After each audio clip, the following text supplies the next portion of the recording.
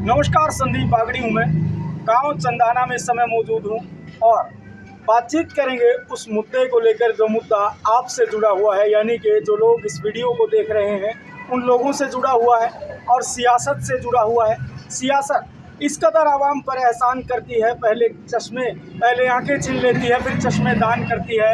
ऐसा ही किस्सा हरियाणा की सियासत का है, यानी कि मौजूदा सत्ताधारी दल का है। और उस किस्से को जो है उजागर किया है आम आदमी पार्टी ने, जो हर वक्त जनता के बीच और फील्ड में है। और बातचीत करेंगे हम। इंजीनियर सुखबीर जी हमारे साथ हैं, आम आदमी पार्टी के बेहद अच्छे लीडर हैं जिनकी एक अहम जिम्मेवारियां लगती हैं। उनसे बातचीत कर लेते हैं। जी बहुत बहुत स्वागत है। धन्यवाद संदीप जी, आप लोगों का इस चैनल के माध्यम से जो आपने मुद्दा उठाने की कोशिश करी है, और आपकी जितने भी व्यूअर्स हैं उनको बधाई देना चाहता हूँ कि आप समय समय पर अच्छे मुद्दे उठाते हैं। सुखबीर जी, जिस तरह से हम बातचीत कर रहे हैं, मौजूदा सत्ताधारी दल जो है बहुत समय बाद अब एसी कमरों से बाहर निकल के लोगों के साथ संवाद करने निकला। उनके इस कार्यक्रम को कैसे देखते हैं? कई जगह उनकी फजीहत हो रही है। देखिए, बीजेपी जो है वो बरसाती मेंढक की तरह है, चुनावी मेंढक है। जब इलेक्शन आते हैं तो बाहर निकलते हैं। ये बेसिकली चुनाव जीवी है, चुनाव के ऊपर जीते हैं, वहीं अपनी सभाएं करते हैं। लोगों की समस्याओं से इन्हें कोई मतलब नहीं है। जब सिरसा के अंदर एक बूढ़ी माँ ने ये बोला कि मेरे पति नशे की वजह से चले गए हैं, मेरा 24 साल का लड़का नशे की वजह से मर गया है, तो वहाँ के मुख्यमंत्री असंवेदनशीलता से ये कहते हैं कि माता आपको किसी ने सिखा के भेजा है, आप यहाँ से चले जाइए। उनको पकड़ के वहाँ पे बिठा दिया जाता है, वो बेबस होकर वो औरत बैठ जाती है। तो बताइए उस माँ के मन पे क्या गुजरी होगी जब उसका नौजवान बेटा नशे की लत से खत्म हो गया। जब दूसरी जगह पे जाया गया, उन्हीं के वर्कर जो सरपंच बन चुकी है महिला, वो पहुँचती है, कहती है मेरे ऊपर जानलेवा हमला हुआ है, मैंने आपका प्रोग्राम भी करवाया था। वो सारी दुहाई देती है, लेकिन मुख्यमंत्री सुनने के लिए तैयार नहीं है। मजबूरन उनको अपने सिर की लाज, वो चुन्नी उनके पैरों में रखनी पड़ी, उनको भी पकड़ के उस सभा से बाहर निकाल दिया। एक व्यक्ति जब ये कहता है कि मैं हमारे ऊपर जो है खर्चे बढ़ते जा रहे हैं, स्कूल हॉस्पिटल की सुविधाएं हमें दीजिए, और मुख्यमंत्री परेशान होके वहाँ से उनको कहते हैं आम आदमी पार्टी का वर्कर है, इनको ये बाहर निकाल दो, और इनको बाहर निकालने के बाद पिटाई कीजिए इनकी, तब हमें लगता है कि ये जो सरकार है इनको ये नहीं पता कि समाज के साथ किस तरीके से बातचीत करनी चाहिए। जनसंवाद करने निकले हो आप, अब भी एक तरफा बातचीत कर रहे हो। उन्होंने कहा जी इस तरीके से बात न कीजिए। आम आदमी पार्टी ने अपनी रिस्पॉन्सिबिलिटी लेते हुए पत्रकारों के माध्यम से, आप लोगों के माध्यम से सवाल पूछा, भ्रष्टाचार के ऊपर बात उठाई, जो भ्रष्टाचार इनके मुख्यमंत्री के दफ्तर से होता है। तो इस तरीके के मुद्दे हम उठाते रहे और आगे भी उठाते रहे।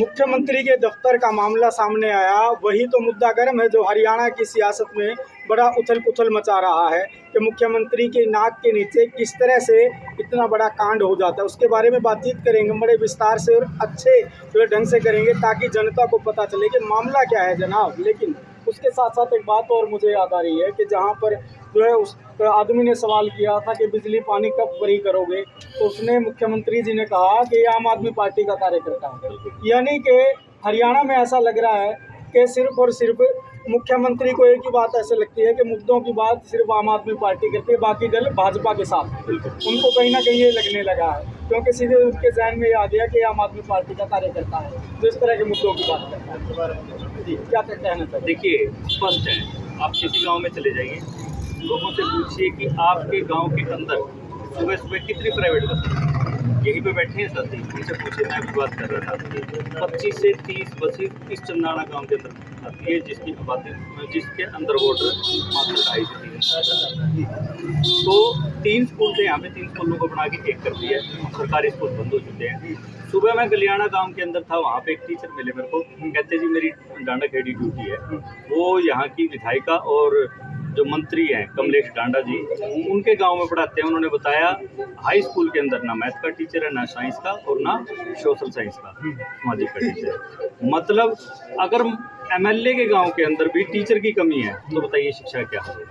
आज वो लोग सच में परेशान हैं जब ये कहते हैं कि जी स्कूल हॉस्पिटल कब हमारे ठीक होंगे, कब शिक्षा और स्वास्थ्य हमारे फ्री होगी, तो उन लोगों का दर्द झलकता है, क्योंकि इतनी इनकम नहीं है जितनी बच्चों की फीस देनी पड़ रही है, जितनी बीमारियों के ऊपर खर्चे हो रहे हैं। आप पूरे गांव का सर्वे कीजिए, पिछली 50 डेथ उठाइएगा, आपको पता चलेगा 35 से 40 लोग मात्र कैंसर की बीमारी की वजह से, 35-40 लोग 50 लोगों में।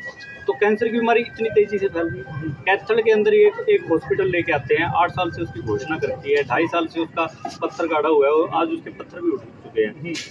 मैं अगर मुख्यमंत्री जी यहाँ पहुँचते हैं हरियाणा के कैथल के अंदर, तो मैं उनसे पूछना चाहूँगा, आपने कितने स्कूल कितने हॉस्पिटल खोल दिए, जो जनसंख्या बढ़ रही है उसके लिए आप क्या काम कर रहे हैं, उनकी सुविधाओं के लिए किस तरीके से काम कर रहे हैं। तो ये मुद्दे अब जनता उठाने लगी है, हम भी जनता के बीच में आके उनके मन की बात ही लेके आपके साथ बातचीत करते हैं। हर एक मन परेशान है, हर किसान परेशान है। जब मुख्यमंत्री ये कहता है कि किसान तो 3-3 फसल लेता है, आप एक बार लिख के बता दीजिए कहाँ किसानों को आपने एक बार भी मुआवजा दिया, और कब वो हज़ारों की संख्या में था कि 1000 रुपये दे दिया, 2000 रुपये दे दिए, 500, 700, 200, 300 रुपये आप मुआवजे के तौर पर देते हैं, और इस तरीके की बात कहते हैं किसान 3 फसल लेते हैं। तो मुख्यमंत्री साहब को मैं एक बात कहना चाहूँगा, अगर आप चाहते हैं कि सत्ता के अंदर रहें, लोग आपको गाँव के अंदर घुसने दें वोट मांगने के लिए, उनका काम करना चाहिए।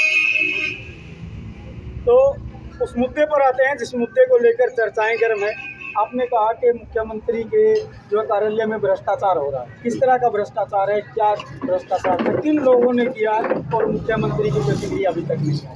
देखिए, इतिहास से शुरू करते हैं। पहले इन्होंने नौकरियों के नाम पे पैसे इकट्ठे करने शुरू किए। इन्हीं के सचिव थे जो इनके बराबर वाले कमरे में थे, वहाँ से पैसे के सूटकेस निकले थे, तो वहाँ से भ्रष्टाचार था, उनके ऊपर तो केस ही चल रहा है। अब इनके OSD नीरज जी हैं, जिन्होंने एक ज़मीन खरीदी, 12 दिन पहले एक कंपनी का रजिस्ट्रेशन करवाते हैं, उस कंपनी के नाम पे 75 लाख के अंदर 9 किले दे दिए जाते हैं, जिसकी कीमत 5 करोड़ रुपए एक किले की है। 45 करोड़ की जमीन और मात्र 75 लाख के अंदर वो दे दी जाती है। तो क्या चीज़ चल रही है? ये बहुत बड़ा घोटाला है। सिर्फ ये नीरज जी नहीं है, उनके साथ जुड़े हुए जवाहर यादव जी और अन्य लोग भी हैं। इनके बड़े बड़े मंत्री, पुराने मंत्रियों के नाम आते हैं। शाहबाद के अंदर एक ऐसा गांव है जहां पे इस तरीके का केस हुआ है। तो वो धीरे धीरे हम घोटाले उजागर करेंगे। और मुख्यमंत्री जी से एक बात कहना चाहूँगा, मान गया पर्ची की खर्ची की सरकार नहीं है, लेकिन आपकी सरकार सूटकेस की पक्की है। पर्ची खर्ची में तो थोड़ा बहुत में काम चल जाता था, लेकिन आप सूटकेस से काम चलाते हो, आपके बैग भर के दफ्तरों के अंदर पहुंचते हैं। वैसे ही थोड़ी जिलों के अंदर बीजेपी 49 लाख का तो पुंडरी वाले विधायक।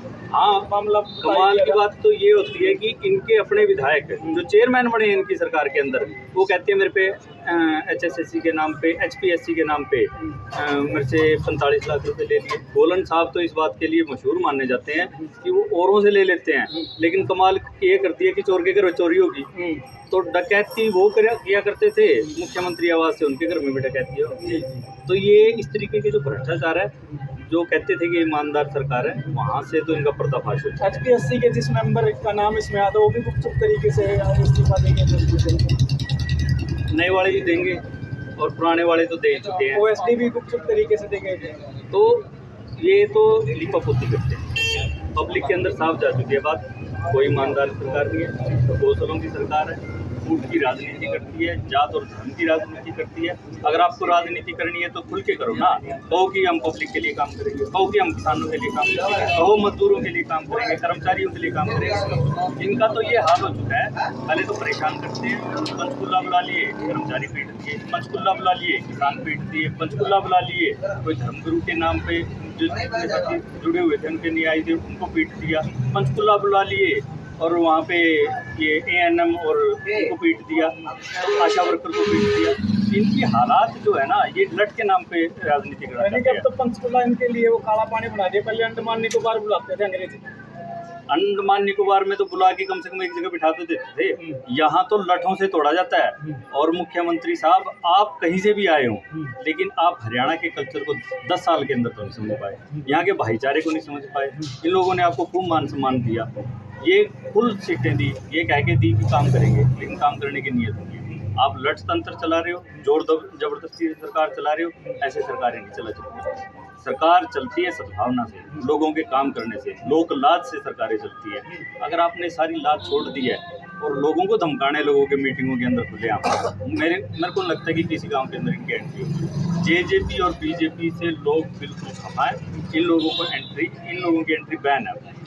तो जिस तरह से हम बात कर रहे हैं मुद्दों की, सर एक मुद्दा ये भी है कि भाजपा ने बड़े एक प्लान बना करके एक रोड मैप बना दिया है, जिसको लेकर के लोग आज फील्ड में हैं गुपचुप तरीके से। मीडिया को भी भनक नहीं लगती और कोई भनक नहीं लगती। बड़ी बड़ी मीटिंग अभी शुरू कर दिया, कई सांसद आते हैं, कई पूर्व विधायक आते हैं, मुख्यमंत्री या फील्ड में कहीं ना कहीं चुनावी मोड में ये लोग चल चुके हैं।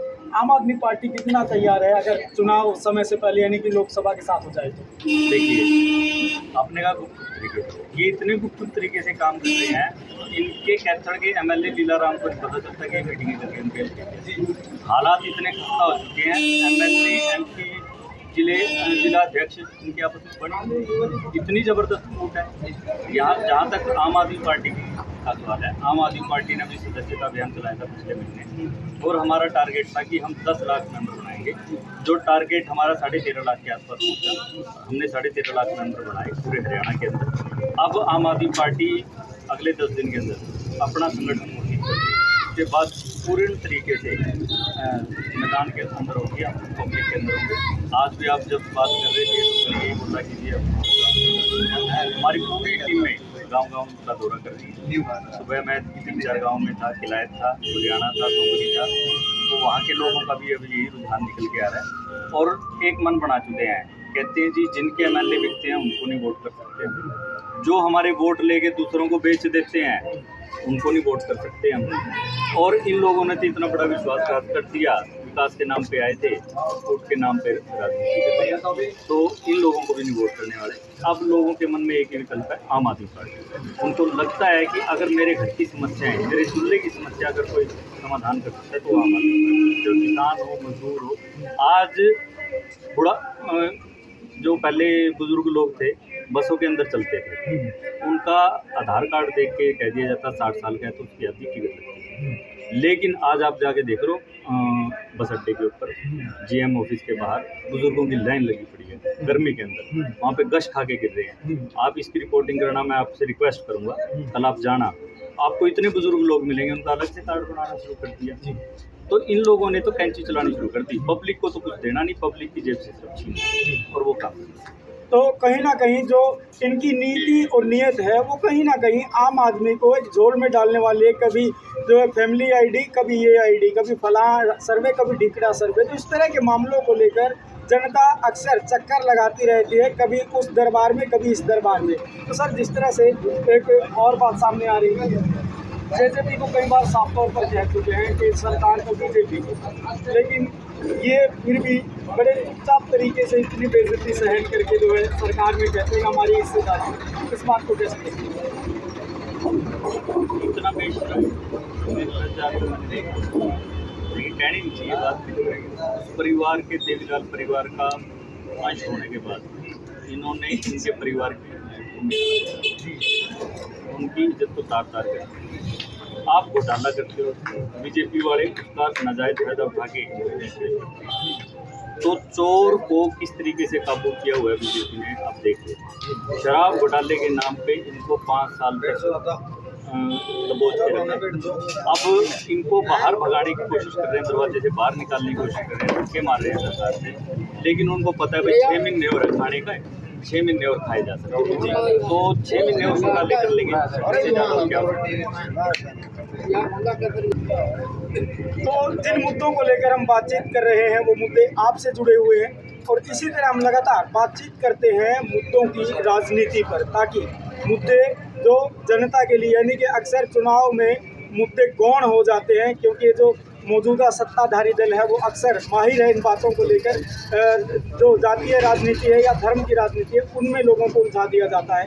लेकिन अब बजरंग बली की कृपा कहीं और हो गई, वो समय की बात है। एक बात और याद आ गई मुझे सर, आदमपुर उपचुनाव में 2 दुश्मन एक हो गए। 2 दुश्मन कौन? एक तो भजन लाल परिवार और देवीलाल परिवार। तो जीडी तपासे कांड पूरे हरियाणा को याद है कि किस तरह से उनसे सत्ता छीन करके किस तरह वो सत्ता पर काबिज हुए थे, और अब फिर दो दुश्मन एक दल को पीछे धकेलने के लिए, यानी कि आपके दल को पीछे धकेलने के लिए एक हो गए। इस बात को कैसे देखते हैं? देखिए, ये सारे दल चाहे एक हो, चाहे इनके साथ कांग्रेस हो, हुड्डा साहब तो इनके रिमोट से चलते हैं बीजेपी। जब वो ये बोला जाता है हुड्डा साहब बोलिए, तो प्रेस कॉन्फ्रेंस कर सकते हैं, अदरवाइज आज तक कांग्रेस का संगठन नहीं। दूसरी बात आपने हनुमान जी की करी, इनको ये पता है भगवान जो श्री राम है ये पेटेंट मान के जाते हैं, हनुमान जी श्री राम जी के भक्त हैं, और उन्होंने ये देख लिया है इन्होंने उनके भगवान का, उनके स्वामी का नाम का दुरुपयोग किया है। तो जहाँ पे भी ये हनुमान जी का नाम लेंगे इनके ऊपर बुरी नज़र रखेंगे हनुमान जी। चाहे वो दिल्ली के अंदर हो, हनुमान चालीसा सुना के ये बताया गया अरविंद केजरीवाल द्वारा कि हम भी नाम लेते हैं, हम भी मानते हैं भगवान को। अब जब इन्होंने कर्नाटक में हनुमान का नाम लिया, हनुमान जी का तो प्रकोप है इनके ऊपर। जब भी ये नाम लेंगे हनुमान जी इनको बता देंगे कि भाई आप सच्चे भगत नहीं हो श्री राम के, आप तो उनका व्यापार करने लगे हो, आप उनके नाम पे वोट मांगने लगे हो, आप उनकी सेवा तो नहीं कर रहे। तो मोदी साहब को इस बात को समझ लेना चाहिए कि ये जो मुखौटा था राम भगत का वो उतर चुका है। इन्होंने राम को सीता माता से अलग कर दिया, जय श्री राम का नारा लगाया। हमारे तो पुराणों में लिखा गया है पहले नारी का नाम आएगा फिर पुरुष का नाम आएगा। इसी तरीके से जय सिया राम बोला करते थे हम, पहले सीता माता का नाम लेते थे फिर राम जी का। इन्होंने तो उनको दोबारा से वनवास पे भेज दिया है। तो बजरंगबली जी तो इससे आहत हैं और पूरा प्रकोप से इनके ऊपर लगे हुए हैं। जहाँ जहाँ ये बजरंगबली जी का नाम लेंगे वहाँ वहाँ इनका सर्वनाश होना स्टार्ट। तो जाकी रही भावना जैसी वाकई के ऊपर कृपा हो वैसी। लेकिन एक और बात है सर, जिस तरह से आप लोगों ने एक लंबी लड़ाई लड़ी थी, जो है कोर्ट में लड़ाई लड़के अपने दिल्ली में एक ऐसी व्यवस्था स्थापित करने की कोशिश की थी कि वहाँ की सरकार वहाँ के लोगों के लिए काम कर सके, लेकिन आपातकालीन स्थिति भी नहीं थी, फिर भी अध्यादेश ला करके उस जो है कोर्ट के ऑर्डर को भी छोटा करने की कोशिश की गई। इस बात को कैसे देखते हैं? देखिए, अगर मैं देश हित में काम करने के लिए आया, तो अगर कोई भी एक व्यक्ति की देश हित में काम करेगा तो उसके साथ करूँ। अब मोदी साहब तो केजरीवाल साहब से डरते हैं। जब अमेरिका के राष्ट्रपति की धर्मपत्नी आती है तो क्या कहती है, सबसे पहले अरविंद केजरीवाल के मेरे को हॉस्पिटल देखने हैं, मोहल्ला क्लिनिक थे।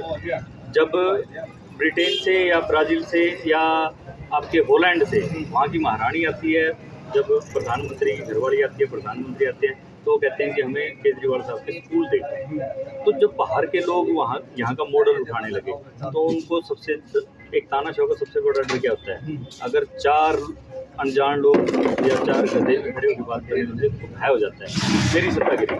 यहाँ पे तो एक पढ़ा लिखा आदमी उनकी सत्ता को सीधी सीधी चुनौती दे रहा है। तो ये कह रहा है कि किसी समाज का, किसी राष्ट्र का निर्माण होगा तो शिक्षित होंगे अगर वहाँ के नागरिक, तब निर्माण होगा। जब हम कहते हैं स्वस्थ अगर नागरिक होगा तो देश भी स्वस्थ होगा, तो स्वास्थ्य व्यवस्था ठीक करने का काम किया। तो मोदी साहब तो इस बात से घबराए थे।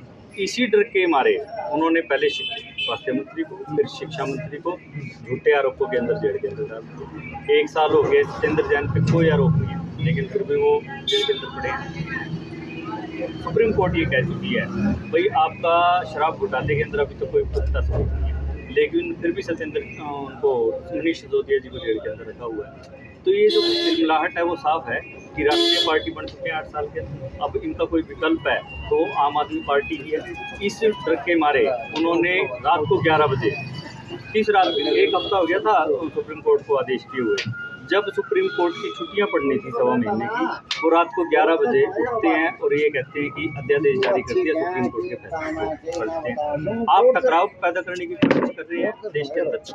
2 संवैधानिक संस्थाओं के अंदर टकराव पैदा होगा तो उससे क्या होगा, संस्थाएं जो देश के अंदर है अनिश्चितता पैदा होगी और नागरिकों के अंदर ये बात जाएगी कि किसके हमें बात माननी है। सुप्रीम कोर्ट ने अगर आदेश कर दिया है तो इसका मतलब साफ है कि आपको उस बात का पालन करना पड़ेगा। ये पूर्ण तरीके से सुप्रीम कोर्ट को चुनौती है नरेंद्र मोदी जी द्वारा कि आप कोई भी फैसला करेंगे हम उसको पलट देंगे। तो इससे बड़ी जो व्यवस्था आज तक पैदा नहीं हुई है, ये सबसे बड़ी संकट की स्थिति है। क्योंकि सुप्रीम कोर्ट ने जब आदेश किया था तो प्रधानमंत्री इंदिरा गांधी जी को भी अपने पद से इस्तीफा देना पड़ा था। और ये स्थिति क्या पैदा करती है, वो कहते हैं जी आप काम कीजिए जनता के काम करने के लिए अफसरों को सरकार के अंदर काम करना पड़ेगा। लेकिन सरकार ये कहती है नहीं काम कर दिया तो ये सत्ता के अंदर आ जाएंगे, लोग इनको पसंद करने लगेंगे। ये जो भय है ना, ये भय इनको सताया जा रहा है। और केजरीवाल जी साहब तो इनको देखो रात को 11 बजे सपने में आए, रोज से इन्होंने अध्यादेश पास कर दिया। रात को 11 बजे कौन सा अध्यादेश पास करते, कौन सी इमरजेंसी लगी हुई थी, किन आतंकवादियों ने हमला कर दिया था, कौन से पाकिस्तान चीन ने हमारे ऊपर मिसाइल छोड़ दी थी। आपके सुप्रीम कोर्ट ने एक आदेश ही तो किया था कि जनता के काम कीजिए। अगर जनता के काम करने का आदेश ही एक मिसाइल की तरह काम कर रहा है इनके सोच के हिसाब से, तो मेरे ख्याल से स्थिति विकट है। और ये अब जो चलता है सारा दिन पाकिस्तान तो ये पाकिस्तान ही मीडिया को बनाना चाहते हैं, क्योंकि वहाँ पे संवैधानिक स्थिति ऐसी बन जाती है सरकार और सुप्रीम कोर्ट का। लेकिन यहाँ पे कभी ऐसा नहीं हुआ, पहली बार हुआ है। और ये हमारे लोकतंत्र की हत्या है, पूर्ण तरीके से। तो हमने मुद्दों को लेकर बातचीत की है। सुखबीर जी आपने हमें समय दिया, बहुत बहुत धन्यवाद। और आपके व्यूवर्स को भी कहूँगा इसी तरीके से संदीप बागड़ी जी जिस तरीके से मुद्दों को उठाते हैं, इनके चैनल को फॉलो कीजिए और इन मुद्दों को साथ ही साथ पब्लिक के अंदर भी पहुँचाइए, शेयर कीजिए। धन्यवाद। तो हम इन मुद्दों पर अक्सर इसलिए बात करते हैं क्योंकि हम अक्सर कहते हैं कि बिना रुके, बिना झुके, बिना दबे हम अक्सर लोगों की आवाज़ बनते हैं। और इस आवाज़ को और बुलंद आपका सहयोग करेगा तो इस वीडियो को ज़्यादा से ज़्यादा शेयर भी कर दें और बताएं हमें कि जो मौजूदा सत्ताधारी दल है उससे आप कितने खुश हैं, क्योंकि अब समय परिवर्तन का है। लोग अब घर से निकलकर चुनाव की तैयारी करने जा रहे हैं, उस तैयारी को अमली जामा पहनाएंगे आप लोग, तो आपकी राय बेहद ज़रूरी है। संदीप बागड़ी हूँ मैं, कैथल प्राइम टीवी देख रहे हैं आप।